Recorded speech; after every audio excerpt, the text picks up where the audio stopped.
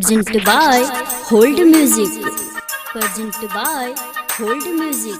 चलो सोई अरवा किन के ले चलो मिठाई पबजी वाला राखी अपना दीदिया से बनवाई। Music director DJ Kanchan Raj Hajipur Vaishali. साल भर पयाइल बाबे सुनो हमार भाई पबजी वाला राखी अपना दीदिया से बनवाई। दीदिया से बनवाई, दीदिया से बनवाई।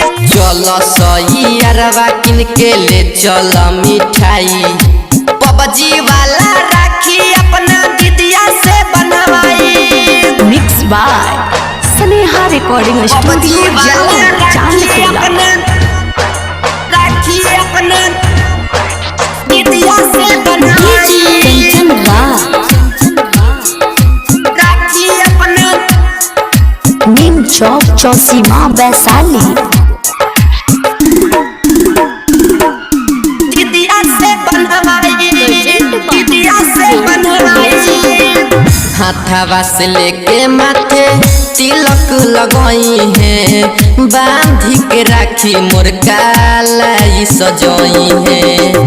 हाथवा से लेके माथे तिलक लगई है बांधी के राखी मोर कालाई सजई है। बढ़िया दिया यार मोर बहन के प्यार कैसे करी बोल हम बर्दाश्त। बहना खातिर गिफ्ट अपना पार्सल से मंगाई पबजी वाला राखी अपना दीदिया से बनवाई।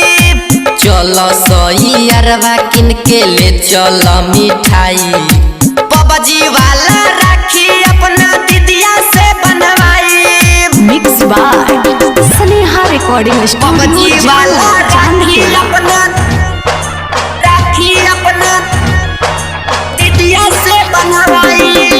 डीजे कंचन राज राखी अपना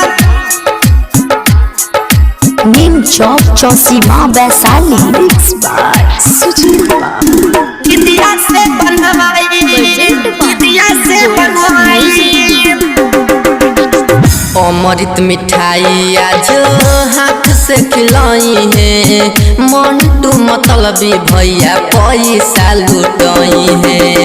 अमृत मिठाई आज हाथ से खिलाई है मंटू मतलबी भैया पैसा लुटाई है। बिटू लखन के बट दीदिया प्यार कहे भैया सुजीत जिया लाखों हजार।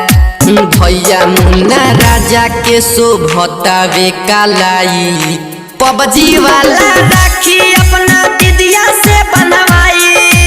चलो सोई अरवा किन के ले चलो मिठाई पबजी वाला